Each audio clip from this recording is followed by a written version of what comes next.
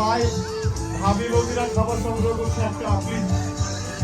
আমাদের আত্মের বোন এই সকাল থেকে খাচ্ছে, সকল ভাবিদেরকে খাওয়াচ্ছে নিজ হাতে।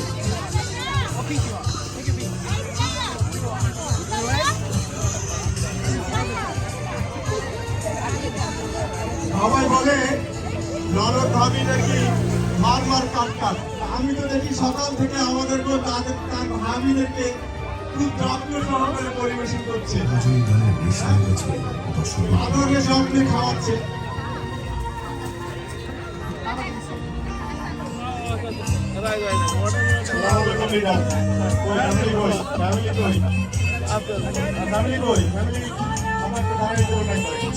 আমার